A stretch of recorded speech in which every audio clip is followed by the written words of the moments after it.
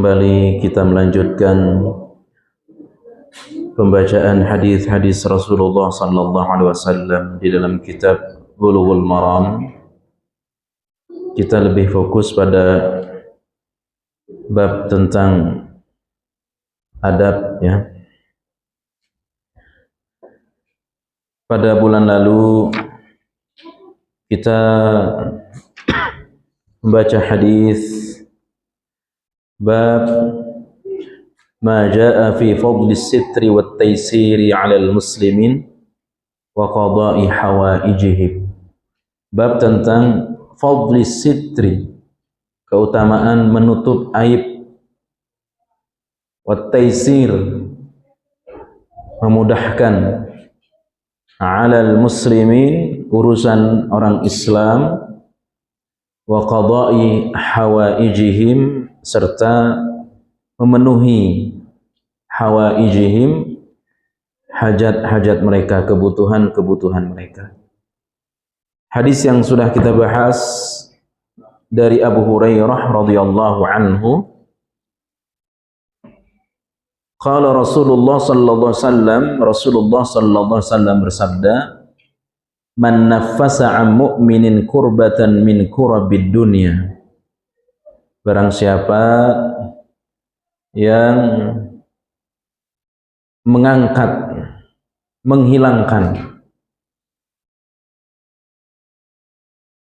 kurbatan min kurabid dunya, kesusahan dari berbagai kesusahan di dunia yang dialami oleh seorang mukmin, naffasallahu anhu kurbatan min kurabi yaumal qiyamah, min kurabi yaumil qiyamah. Maka Allah Subhanahu wa taala akan menghilangkan kesusahan demi kesusahan pada hari akhir. Wa man yassara 'ala mu'sirin, barang siapa yang meringankan, memudahkan terhadap kesulitan yang dialami oleh seorang mukmin, yassarallahu alaihi fid dunya wal akhirah, maka Allah Subhanahu wa taala akan memudahkan, ya, urusannya di dunia terlebih di hari akhir. Wa man satara musliman, barang siapa yang menutup aib seorang muslim, satarallahu fid dunya wal akhirah, maka Allah Subhanahu wa taala akan menutup aibnya di dunia terlebih di hari akhir. Wallahu fi aunil 'abdi ma kana al-'abdu fi auni akhihi. Pertolongan Allah Subhanahu wa taala akan Dia berikan kepada hamba selama hamba tersebut mau menolong saudaranya. Hadis ini sahih, diriwayatkan oleh Imam Muslim.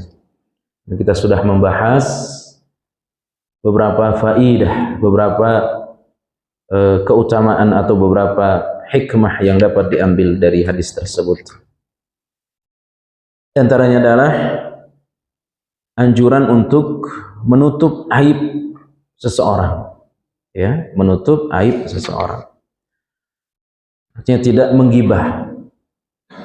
Kalau menceritakan sesuatu yang benar-benar terjadi itu namanya ghibah. Kalau yang belum terjadi namanya fitnah. Maka kata pengarang kitab Syekh Shalih Al-Fauzan menjelaskan kepada kita, al-haditsu dalilun ala fadlis sitri 'alal muslim. Hadis ini menunjukkan fadlis sitri 'alal muslim, keutamaan menutup aib seorang muslim. Idza waqa'a minhu zallatun wa huwa la yu'raf bainan nasi bi syai'in minal ma'asi wal fusuqi wal hurumat. Manakala seorang muslim terjerumus, ya, zallah, dia terjerumus pada kemaksiatan atau perkara-perkara yang diharamkan oleh Allah Subhanahu wa taala. Ikhwani, kita sampaikan pada bulan yang lalu, siapa di antara kita yang tidak pernah berbuat dosa? Ya. Siapa di antara kita yang tidak pernah terjerumus pada kemaksiatan? Kalau bukan karena Maha Pemaafnya Allah Subhanahu wa taala, maka kita sampaikan pada bulan lalu Tidak mungkin kita ya berani ya di tempat ini, karena dosa kita ini terlalu banyak ya. Itu Allah jelaskan pada surah Asy-Syura ayat 30. Surah Asy-Syura ayat 30. Wa ma asabakum min musibatin fabima kasabat aydikum. Tidak ada satu perkara yang menimpa pada diri kalian, musibah, bencana, melainkan itu adalah fabima kasabat aydikum, buah dari atau efek dari dosa yang kalian kerjakan. Tapi ingat saudara, tidak semua dosa yang kita kerjakan itu dihukum oleh Allah Subhanahu wa taala. Justru wa ya'fu an katsir. Lebih banyak yang dimaafkan oleh Allah Subhanahu wa taala. Subhanallah. Ya. Maka ketika orang melakukan maksiat, terjerumus pada kemaksiatan, sepantasnya kita menutup aibnya, tidak menceritakan. Kenapa?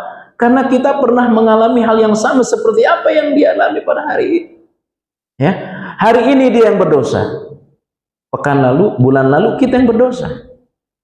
Ya, kita ini mudah-mudahan orang yang sudah berada di atas hidayah tauhid, hidayah sunnah ini, mudah-mudahan kita ini berangkat dari masing-masing masa lalu. Ya, kita tidak seperti apa yang terjadi pada 10-15 tahun yang lalu. Bisa jadi kita ini orang-orang yang bergelimang dengan maksiat. Maka orang yang menceritakan aib saudaranya, dia sedang melupakan siapa dirinya di masa lalu. Ya, kalau bukan karena maaf Allah, kalau bukan karena ampunan Allah, tidak mungkin kita berani berada di tempat ini. Malu kita, ya. Kita ini malu. Kalau orang tahu aib saya di masa lalu, saya tahu aib bapak ibu di masa lalu, kita akan malu ketemu orang lain. Ya, kita akan malu ketemu orang lain. Ya. Tapi Allah wa ya'fu an katsir, lebih banyak yang dimaafkan oleh Allah Subhanahu wa taala. Maka ikhwani jamaah yang Allah muliakan, sudah sepantasnya kita menutup aib orang. Ya. Sebagaimana kita juga berharap agar aib kita ditutup oleh orang lain. Nah, apakah lalu kemudian ketika kita tutup aib orang itu selesai? Tentu tidak. Tugas kita apa? Wa alaihi ayyu'idahu wa yunsihuhu. Mesti bagi kita memberikan nasihat kepadanya, ya, menasihati dia, nasihati pelaku maksiat, ya, tutup aibnya, tapi tidak berhenti sampai di situ, nasihati dia, ya. Dan menasihati pelaku maksiat itu jangan di depan banyak orang, ya. Menegur orang itu jangan di hadapan banyak orang, ya. Ambil tangannya, bawa dia ke tempat sepi, nasihati dia. Ya, itu cara yang hikmah nasihati orang. Ya, karena tidak setiap orang, semua orang ini kalau dinasihati di tengah orang banyak itu nggak terima, Pak Ibu, nggak terima, harga dirinya direndahkan. Nasihati dia yang tidak diketahui oleh orang lain. Amma fi ma'siyatin ra'ahu 'alaiha wa huwa mutalabbisun biha fatajibul mubadaratu ila al-inkari 'alaihi wa mana'ahu minha in qadara. Adapun perkara-perkara yang maksiatnya itu, dosanya itu berbahaya untuk orang lain, maka kita wajib ya menegakkan atau mengingkarinya, ya, sesuai dengan kemampuan kita. Au rafa'ahu ila waliyil amri, kita sampaikan kepada pemerintah, Ya. Kalau maksiat yang berbahaya hanya untuk dirinya, kita nasihati, kita tegur dia. Tapi kalau maksiat itu, dosa yang dia lakukan itu pengaruhnya tidak hanya untuk dirinya, tapi juga untuk orang banyak, kita mesti tegur dia. Ya, sampai kepada lapor kepada pemerintah. Kita tidak boleh ambil tindakan. Ada perjudian, ya. Tidak boleh kita rusak tempat dia berjudi. Ya. Di situ ada mabuk, ada perzinahan, tidak boleh kita rusak. Apa salahnya tempat? Ya, maka tugas kita adalah lapor kepada yang berwajib. Dalam hal ini pemerintah, dalam hal ini ya polisi. Ya, tidak bisa kita ambil tindakan karena tatbiq asy-syariah, penerapan syariat itu bukan orang per orang, tapi siapa? Pemerintah. Ya, itulah pentingnya pemerintah di tangan orang baik. Ya, dan saya sih tahu ceritanya aja. Tempat ya mungkin Pak Haji yang tua, apa itu Islamic Center di mana ini? Di Koja itu kan katanya, saya nggak tahu, itu dulu tempat apa? Tempat maksiat. Ya, tempat maksiat. Ya Ustadz tugasnya hanya mengatakan tidak boleh datang ke tempat situ, itu haram. Ya, hanya sebatas itu tugas Ustadz. Tapi untuk menutup tempat itu sampai kepada merubah menjadi Islamic Center, itu kewenangan siapa? Pemerintah. Ya, tegur anak kita, tegur jangan datang ke situ. Ya, tapi untuk merubah itu tugasnya pemerintah, bukan tugas ormas per ormas, yayasan per yayasan, apalagi pribadi individu, tidak. Ya, tempat perjudian, tempat maksiat dibakar, bukan syariat Islam. Ya, yang sekali lagi menerapkan syariat Islam, tindakan itu siapa? Ulil amri. Amma man kana ma'rufan bil fusuqi mushtahiran bil ma'siyati fahadha yanbaghi kashfa halihi wa adami sitri alaihi. Ada saatnya dosa itu diungkap ke halayak ramai. Ya, sehingga ini yang disebut dengan ghibah yang diperbolehkan. Apa itu? Ada ustadz yang diajarkan kesyirikan, yang diajarkan perkara-perkara mukhalafatis sunnah, yang menyelisih sunnah, jelas diajarkan kepada masyarakat. Kita tahu itu bertentangan dengan sunnah, kita paham itu bertentangan dengan tauhid yang diajarkan syirik. Ya, maka kita mesti ceritakan ustadz ini kepada orang lain. Ya, hati-hati kamu ustadz ini, yang diajarin itu syirik. Hati-hati kamu kepadanya. Yang diajarkan itu perkara beda. Nah, aib-aib, kesalahan-kesalahan seperti ini mesti diungkap. Ya, mesti bagi kita kashfu halik, mengungkap keadaan, kebobrokan, kerusakan orang itu. Ya, itu namanya ghibah yang diperbolehkan. Lianna zitra alaihi yashju'uhu 'alal fasadi. Ya. Kalau keburukan orang itu tidak diketahui oleh orang banyak, akan melahirkan al-fasad, kerusakan lebih banyak, kerusakan lebih besar. Ya.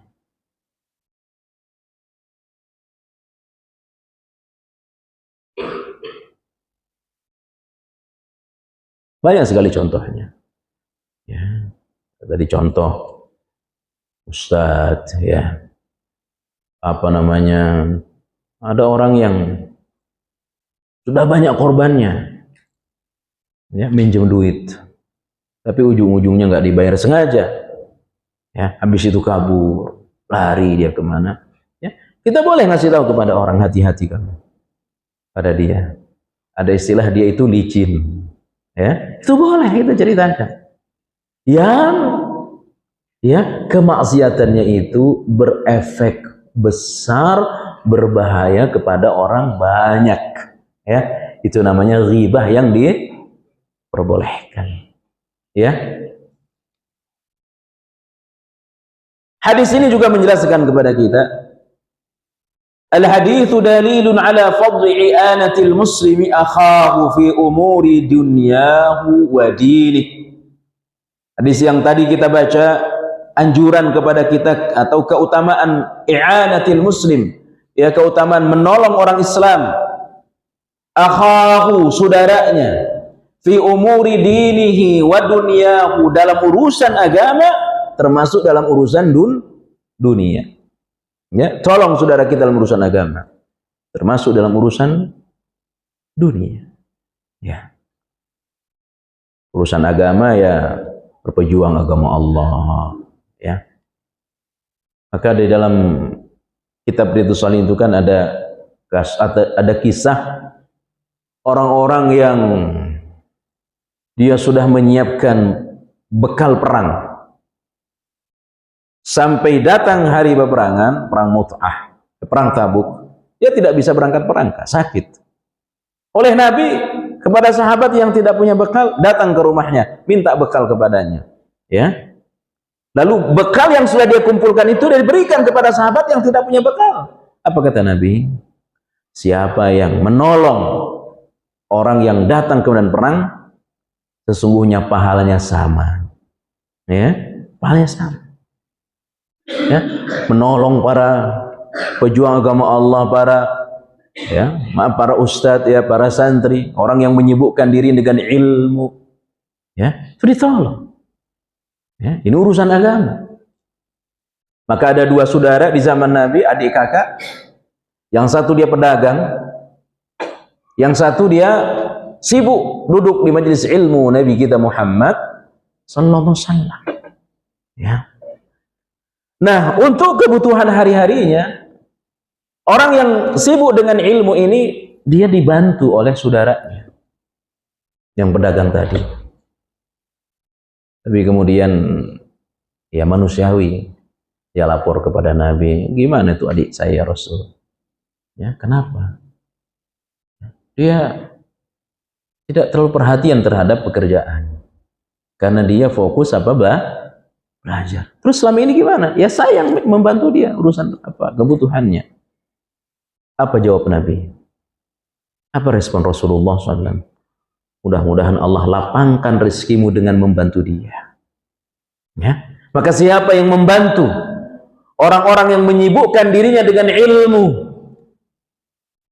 dia bantu mereka dengan hartanya, itu adalah salah satu pintu rezeki baginya.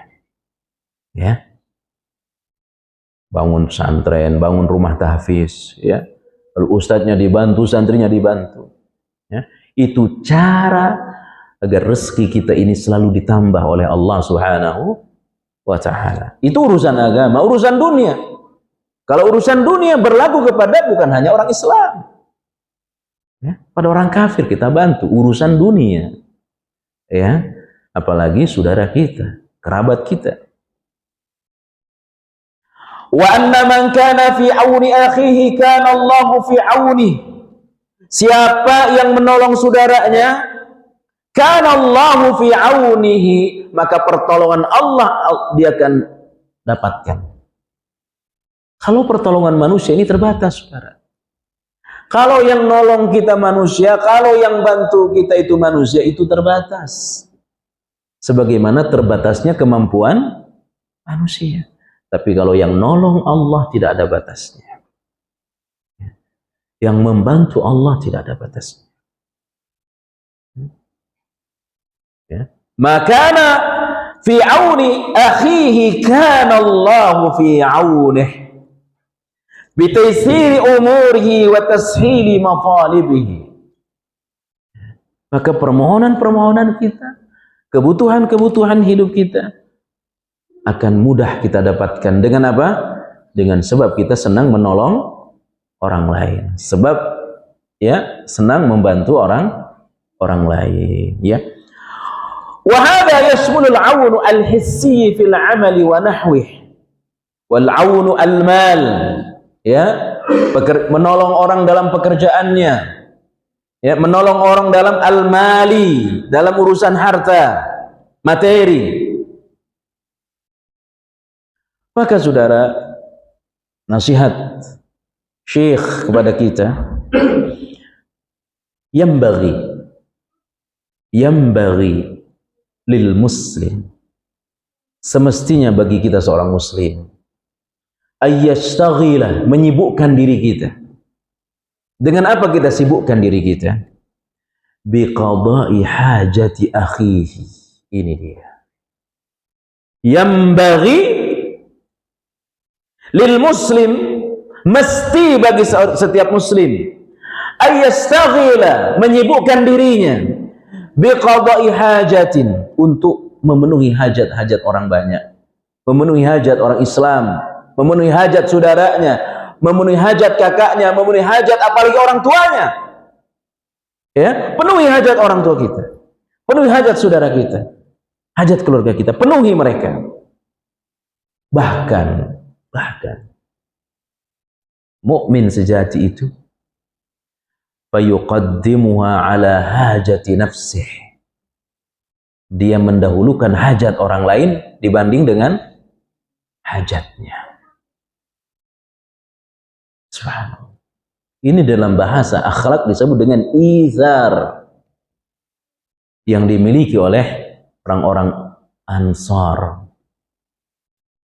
Allah jelaskan Quran, walladzina tabawwa'ud dara wal imana yuhibbuna man hajara ilaihim wa la yajiduna fi sudurihim hajatan wa yu'thiruna ala anfusihim walau kana bihim khasasa. Subhanallah. Ini sifat sahabat-sahabat Nabi yang ada di Madinah, sebut dengan Ansar. Mereka mendahulukan orang-orang muhajirin yang datang dari Mekah, meskipun mereka butuh. Ya, ini saya punya, silahkan kamu ambil. Kalau kamu mau silahkan ambil. Kalau kamu butuh silahkan. Padahal sebenarnya dia juga butuh, saudara. Ya, itu namanya dalam bahasa ukhuwah izar. Al-izar, mendahulukan orang dalam urusan dunia, meskipun sebenarnya kita juga butuh. Ini susah, ya, berat, kecuali sudah tertanam iman yang kokoh, iman yang mendalam di dalam hatinya. Ya, sibukkan diri kita terhadap urusan-urusan orang lain. Ya, ala hajati nafsih, dia mendahulukan hajat orang lain, ya, dibanding dengan hajat dirinya. Apa tujuannya? Liyunala minallahi ta'ala kamal al-i'anati fi hajatih. Pada bulan lalu saya sampaikan, kalau kita bantu orang lain, kita tolong orang lain, ikhlas karena Allah, bisa jadi sampai kita meninggal orang itu tidak bisa bantu kita, atau bahkan orang itu sudah lupa kalau kita pernah bantu dia. Dan memang begitu, kalau kita pernah nolong orang lain, kita pernah bantu orang lain, seolah-olah kita tidak pernah membantu dia. Lupakan. Khawatir ada satu penyakit di dalam hati kita, namanya mannan. Apa mannan? Mengungkit jasa. Itu tidak boleh. La tubtilu sadaqatikum bil manni wal adha. Jangan kau rusak kebaikanmu dengan dua perkara. Jangan kau rusak kebaikanmu dengan dua perkara. Yang pertama adalah al-manni wal adha, mengungkit kebaikan kita. Kamu nggak ingat saya yang nolong kamu? Kamu lupa 10 tahun yang lalu kamu minta tolong kemana-mana, nggak ada yang bantu. Nih yang nolong kamu, nih hanya saya. Itu namanya mannan. Rusak kebaikannya, bukan sekedar rusak, Allah pun tidak mau melihat dia di hari akhir, orang seperti itu. Makanya saudara, kalau kita bantu orang lain, kita tolong orang lain, bukan karena kita ingin ditolong, dan bukan karena orang itu membutuhkan kita, tapi kita membantu orang lain, kita menolong orang lain karena kita ingin ditolong oleh Allah nanti di hari akhir. Ya, penderitaan dunia ini ada batasnya. Kesusahan dunia ini tidak seberapa, tapi kesusahan di padang mahsyar, penderitaan di padang mahsyar, penderitaan di kubur itu luar biasa beratnya. Maka kita menolong saudara kita membantu saudara kita, karena kita yang butuh, bukan mereka yang membutuhkan kita. Ini yang harus tertanam dalam diri kita. Kenapa saya bahagiakan orang? Bukan karena dia membutuhkan saya, tidak. Kenapa saya memberi makan kepada orang? Kenapa saya menolong dia? Bukan karena dia butuh kepada saya, bukan. Saya yang butuh dia. Tapi sampai sekarang dia nggak pernah bantu saya, sampai sekarang dia nggak pernah balas kebaikan saya. Bukan itu yang kita harapkan dari dia. Kita menolong orang lain, kita membantu orang lain agar kita ditolong oleh Allah nanti di hari akhir saat keadaan sangat berat. Bisa jadi sampai kita meninggal dia nggak pernah balas kebaikan kita. Tidak apa-apa. Tapi ingat, di hari akhir kita akan mendapatkan pertolongan yang luar biasa, saudara. Ada dua kisah disebutkan oleh Syekh Fauzan di dalam kitabnya ini, dan ini juga dikutip di dalam kitab Imam Al-Qurtubi At-Tazkirah. Ada orang di hari akhir, saudara, dia tidak percaya diri akan selamat, karena dia mengira tidak banyak bekal dia menghadap Allah Subhanahu wa Ta'ala. Beda dengan ada sebagian orang yang pede masuk surga, tapi akhirnya masuk neraka. Surah Al-Furqan Allah jelaskan ayat 23, Surah Al-Kahfi ayat 103 104. Ada orang-orang yang pede akan masuk surga, tapi akhirnya masuk neraka. Jadi orang-orang yang ibadahnya itu tidak karena Allah, atau karena Allah tapi cara ibadahnya tidak sesuai cara Nabi. Qul hal nunabbi'ukum bil akhsarina a'mala alladzina dhalla sa'yuhum fil hayatid dunya wa hum yahsabuna annahum yuhsinuna sun'a. Ini orang-orang yang pede masuk surga. Dia mengira akan masuk surga, tapi akhirnya masuk neraka. Kenapa? Sesat cara ibadahnya. Nah, ini sebaliknya, saudara. Dia nggak pede, karena dia mengira tidak banyak bekal yang dia bawa menghadap Allah, tapi dia masuk surga. Ditanya dia oleh Allah di hari akhir, apa yang kau kerjakan? Apa amalanmu? Ya ditanya, ya Allah, saya ini pedagang, katanya. Saya pedagang. Kalau orang mampu bayar, artinya dia ngutang, ya saya kasih. Tiba saatnya hari yang ditentukan untuk bayar, saya suruh anak buah saya tagih. Tapi saya sudah sampaikan ke anak buah saya, karyawan saya, kalau dia mampu bayar, suruh bayar. Tapi kalau tidak mampu bayar, beri keringanan kepadanya, tunda hari pembayarannya. Apa kata Allah? Saya yang lebih berhak membebaskanmu. Karena itu engkau di surga. Karena memberikan apa? Keringanan kepada orang. Saudara, memberi keringanan kepada orang. Subhanallah. Jamaah yang Allah muliakan. Allah juga sebutkan Quran surah Yunus ayat 26 bahwa kita di hari akhir ini akan mendapatkan sesuai apa yang kita kerjakan di dunia. Lilladzina ahsanul husna. Bagaimana keadaan kita di hari akhir tergantung bagaimana kita kepada orang di dunia.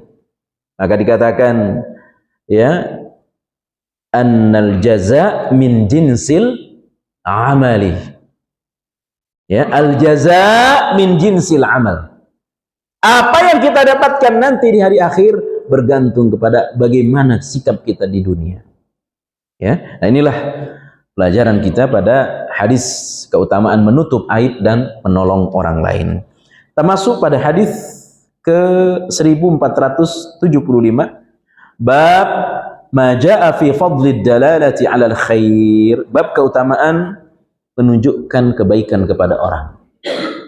Babu ma jaa fi fadli dalalati 'alal khair, bab menunjukkan orang kepada kebaikan. Hadis dari Abi Mas'udin radhiyallahu anhu, hadis dari Ibnu Mas'ud, ya. Qala, dia berkata, qala Rasulullah sallallahu alaihi wasallam, Rasulullah sallallahu alaihi wasallam bersabda, man dalla ala khairin, barang siapa yang menunjukkan seseorang kepada kebaikan, falahu mithlu ajri fa'ilih, maka dia mendapatkan pahala seperti apa yang didapatkan oleh orang yang mengerjakannya. Hadis ini sahih, diriwayatkan oleh Imam Muslim. Ya. Ikhwani wa akhwati jamaah yang Allah muliakan, hadis ini disebut dengan jawami'ul kalim. Jadi ada istilah dalam ungkapan hadis jawami'ul kalim. Apa itu jawami'ul kalim? Ini hadis yang pendek tapi mengandung makna yang banyak. Singkat tapi maknanya dalam. Itu namanya jawami'ul kalim. Salah satu dari 5 perkara yang Allah berikan kepada Nabi Muhammad, tidak kepada Nabi yang lain.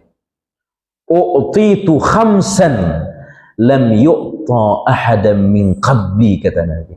Aku diberikan 5 perkara oleh Allah yang tidak Allah berikan kepada Nabi sebelumku.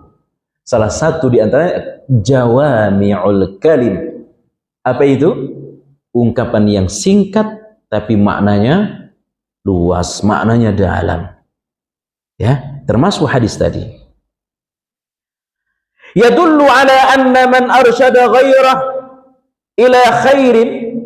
Hadis di atas menunjukkan kepada kita, barang siapa arsyada, menjadi mursyid, ya, pembimbing, penunjuk orang lain, ila khairin, kepada kebaikan, au dalla ala huda, atau menjadi perantara seseorang mendapatkan hidayah, kana lahu minal ajri misli malil fa'il, maka dia mendapatkan pahala serupa seperti apa yang didapatkan oleh orang yang beramal. Ya. Wa hadza misli haditsin Abi Hurairah radhiyallahu anhu, seperti hadis yang lain dari sahabat Abu Hurairah radhiyallahu anhu, man sanna fil islami sunnatan hasanatan falahu ajraha wa ajru man amila ba'dah min ghairi an yanqusa min ujurihim syai'. Di satu tempat tidak ada TPQ, ya. Lalu dia bikin TPQ, ya. Tadinya orang tidak bisa baca Quran, ya. Lalu dia bikin TPQ, dia bikin rumah tahfiz.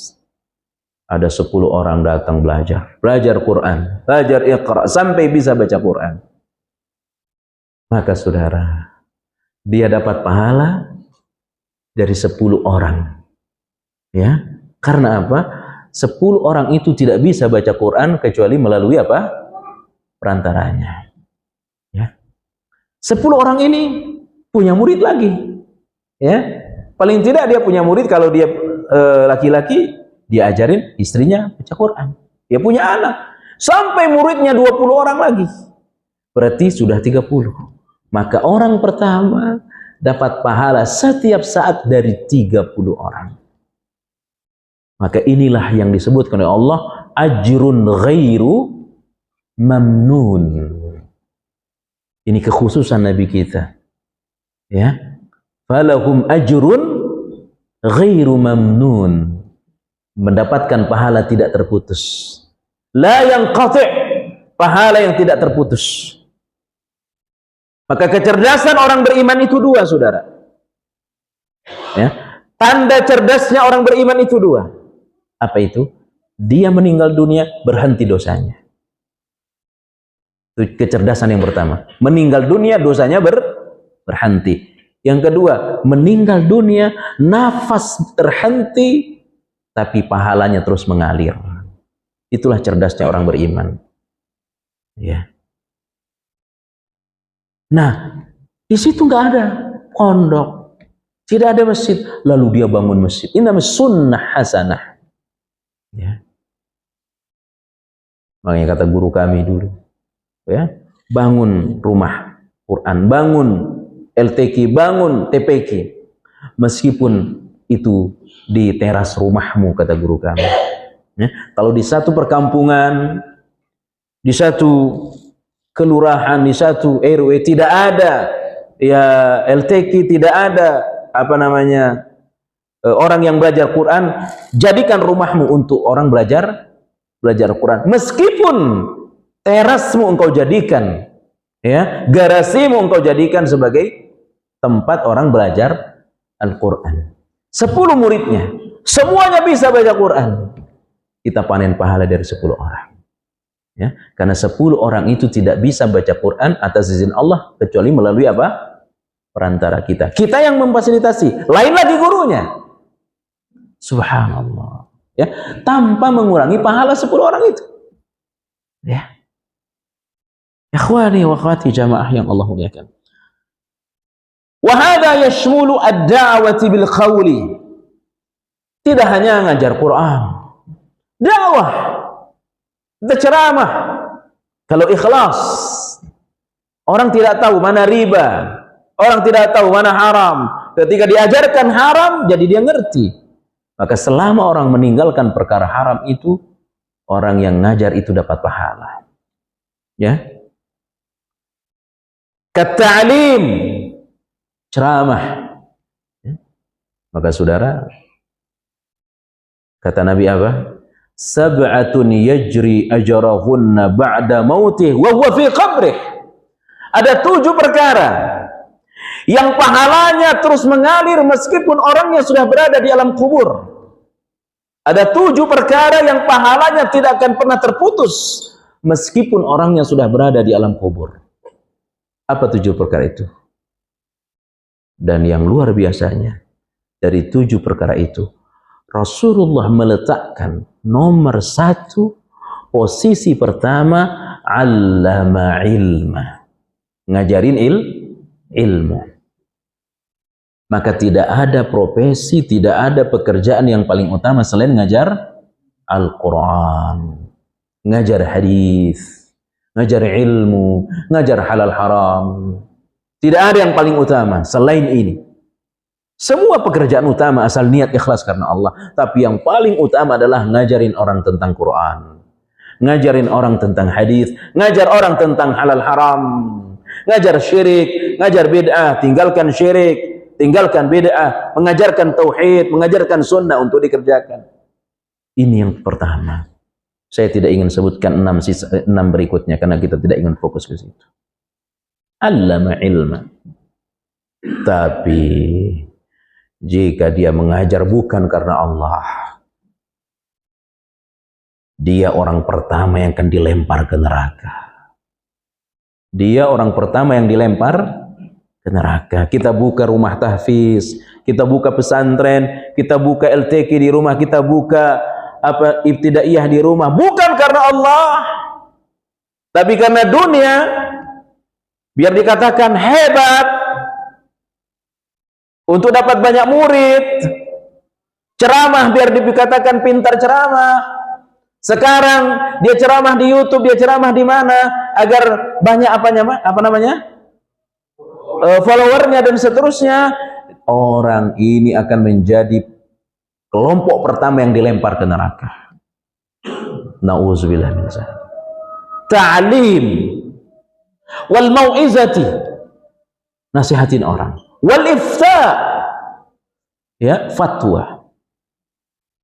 Wad da'watu bil fi'li wa hiya al qudwatil hasanah. Ini yang berat. Saya bukan seorang ustadz, saya tidak banyak hafal hadis, saya tidak banyak hafal Quran, saya tidak banyak hafal perkataan ulama. Nasihatin orang dengan apa? Nasihatin orang dengan apa? Al-qudwatil hasanah, dengan contoh yang baik. Makanya saya sering katakan, engkau yang sudah ngaji, apalagi engkau jenggotmu ada, celanamu di atas mata kaki, pantang bagimu menggibah orang. Kenapa? Lebih buruk daripada orang yang tidak ngaji menggibah orang. Lebih buruk daripada orang yang celananya di bawah mata kaki menggibah orang. Kenapa? Kita ini contoh bagi orang. Kalau kau sudah punya jenggot, ya, celanamu di atas mata kaki, engkau sudah ngaji, tahan lisanmu untuk menggibah orang. Kenapa? Engkau itu cerminan orang lain. Apalagi kita pakai apa ini, kemana-mana, Quran kemana-mana, tapi masih menggibah orang. Istri kita sudah bercadar jilbab besar, masih menggibah orang, ya. Mestinya kalau sudah berpenampilan seperti itu, tampilkan akhlak Islam kepada orang lain. Karena apa? Saya bukan ustaz, saya tidak bisa ceramah, saya tidak banyak hafal ayat, saya tidak banyak hafal hadis, saya tidak bisa tampil di mimbar. Dakwahlah dengan apa? Dakwahlah dengan akhlak yang baik. Berikan contoh kebaikan pada orang sehingga tidak ada lagi ungkapan, apa enggak malu sama jilbab, apa enggak malu sama cadar, masa cadar masih menggibah, masa enggak malu sama jenggot, masa punya jenggot ya omongannya enggak jelas. Jadi kita harus dakwah, tunjukkan orang kepada yang baik. Kalau kita tidak bisa dengan ucapan karena keterbatasan hafalan Quran, hafal ayat, hafal hadis, tunjukkan orang kepada akhlak yang baik. Dengan apa? Dengan keteladanan kita. Makanya kita yang sudah ngaji harus lebih mengontrol gaya bicara kita. Kita yang sudah bercadar istri kita harus lebih menjaga diri dari fitnah dunia. Wallahu ta'ala alam. Sudah azan ya Pak ya? Mungkin ada yang ingin ditanya atau gimana Pak Jarot? Ya, sudah masuk azan ya? Ya. Ada yang mau ditanya atau azan dulu nanti lanjut apa? Fadhal, silakan azan dulu ya. Ada pertanyaan silakan. Fadhal.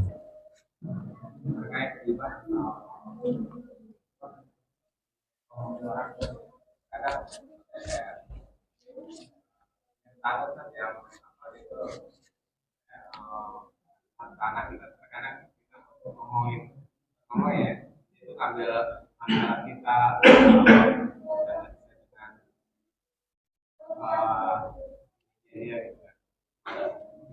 iya.